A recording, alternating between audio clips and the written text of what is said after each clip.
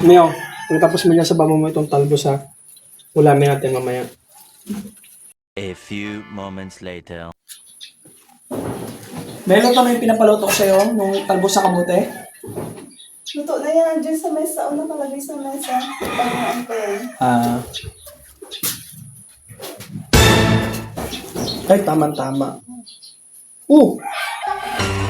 Bakit ganito? Hindi mo hinimay. Hindi, may sabi mo kasi sa Yung akin. mga gulay. Talbos ng gulay. Ang dapat ulamin. Bakit ganito kahaba?